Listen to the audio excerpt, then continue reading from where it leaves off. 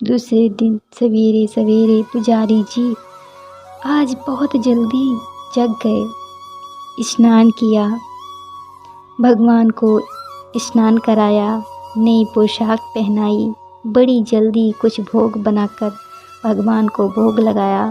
सोच रहे थे आज भगवान को पहली बार बाहर जाना है, कपड़े अच्छे होने चाहिए, कुछ खा पी के जाएंगे तो भूखे नहीं रहेंगे। लेकिन आँखों में आंसू भर के यही कहते जा रहे, जाइएगा ज़रूर, उसका आपके अलावा और कोई नहीं है। आंसू भर के पुजारी जी प्रार्थना कर रहे हैं। उधर केवट पहुंचा अदालत में। जज साहब ने कहा, केवट तुम्हारे गवाह कहाँ हैं? केवट बोला, हुजूर वो तो सब जगह हैं, सब जगह रहते हैं, यही कहीं होंगे। जज बोले, बुलवाओ। चपरासी को आदेश हुआ। चपरासी ने कहा, रघुनाथ जी हाजिर हों। 3 बार ऐसा ही बुलाया, रघुनाथ जी हाजिर हों। तो क्या देखा, एक वृद्ध की झुकी सी देह है, लड़खड़ाते हुए कदम। एक बुढ़ा आदमी, बूढ़े हैं, वृद्ध हैं, एक बूढ़े आदमी लाठी लेके आ रहे हैं, वहीं से इशारा कर रहे हैं कि आ रहा हूँ। चाल लटपटी सी साहब के सामने आज विनीत चपरासी, साथ आज रघुनाथ जी गवाह बन आए हैं। केवट ने प्रणाम कर लिया। सेठ जी चौंक गए कि ये कौन? जज साहब ने कहा कि रघुनाथ जी आपका ही नाम है? बोले, जी। केवट ने कहा, केवट ने रुपए वापस किए थे सेठ जी को? रघुनाथ जी बोले, हाँ। जज बोले, कोई प्रमाण है? सेठ जी ने पैसे लिए हैं। सेठ जी ने खुद रसीद लिखी थी। बेईमानी आ गई मन में, केवट को दी नहीं। सेठ जी को यहीं रखा जाए, इनकी बैठक में, इनके कागज रजिस्टर में देखा जाए। एक रजिस्टर में रखा हुआ रसीद रखी है, उस रजिस्टर को मंगाया जाए। आज भी वो रसीद अब तक सुरक्षित है। भगवान अंतर्यामी से क्या छुपा है? कोई कुछ भी नहीं छुपा सकता। चपरासी को भेजा गया, रजिस्टर मंगाया गया, वो रसीद मिल गई। सेठ जी दंडित हुए। केवट इज्जत से बरी हुआ। गवाह महाराज तो चले गए थे।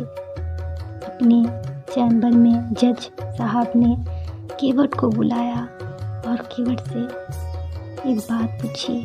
केवट ने कहा, पूछो हुजूर,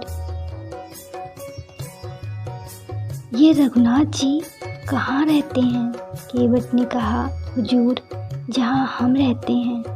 तो तुम कहाँ रहते हो? कहा, जहाँ रघुनाथ जी रहते हैं। तो तुम दोनों एक ही गांव के रहने वाले हो, एक ही जगह के?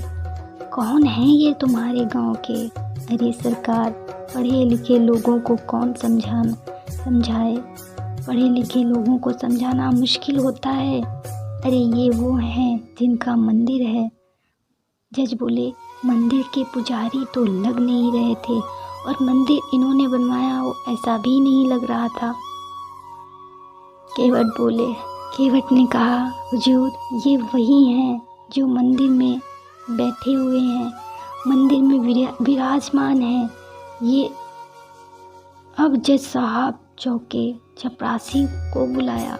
चपरासी काँप रहा था। हुजूर जिस आदमी ने हस्ताक्षर किए थे ये वो नहीं था। जब जज ने सारी बात पता लगाई तो जज साहब रोने लगे। रोते रोते बंगले पे गए और लोगों ने पूछा, क्या बात है, रो क्यों रहे हो? तो उन्होंने यही कहा कि जो सुख सनकादिक के ध्यान में नहीं आए, जो सुख सनकादिक के ध्यान में नहीं आए, वे भगवान आज केवट के गवाह बनकर आए। तो किसी ने कहा, आप रोते क्यों हैं? खुश होना चाहिए।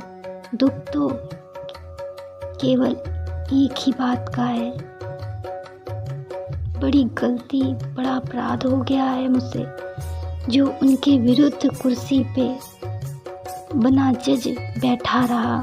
जगदीश खड़े समझाते रहे, मैं कुर्सी पे जज बना बैठा रहा, जिनकी अदालत में एक दिन सबको उपस्थित होना पड़ेगा।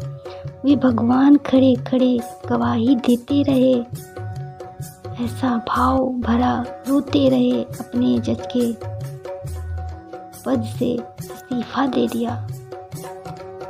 साधु बनकर वृंदावन आ गए। वृंदावन आकर भी भगवान के मंदिर के अंदर नहीं जाते थे। सड़क पर बाहर से ही माथे पर धूल लगा लेते थे। क्यों? यही सोचते थे, आज तो गया हूँ, ये जानता हूँ, मगर ये जानता हूँ तेरे दर पे आने के काबिल नहीं हूँ। तेरी मेहरबानी का है बोझ इतना, इसे मैं उठाने के काबिल नहीं हूँ। तेरी मेहरबानी का है बोझ इतना, जितनी मैं उठाने के काबिल नहीं हूँ। जमाने की चाहत में तुमको बुलाया, तुम्हारा नाम मेरी जुबां पे ना आया। खतावार हूँ मैं, गुनाहगार हूँ मैं, तुम्हें मुँह दिखाने के काबिल नहीं हूँ। माना कि दाता हो तुम यहाँ के, मगर कैसे दामन फैलाऊँ मैं। आपने जो अब तक दिया है वही कम नहीं है, ये कर्जा चुकाने के काबिल नहीं हूँ। भक्तों, ये सच्ची कथा है जो राजेश्वर संत जी के मुख से सुनी है। ये कथा बहुत ही प्यारी है। आपको ये कथा कैसी लगी हमें कमेंट में ज़रूर बताएं। हमारी कथा आपको पसंद आई है तो प्लीज़ हमारे इस वीडियो को लाइक करें और ज़्यादा से ज़्यादा फ्रेंड एंड फैमिली में शेयर करें, ताकि सभी लोग इस कथा का आनंद ले सकें।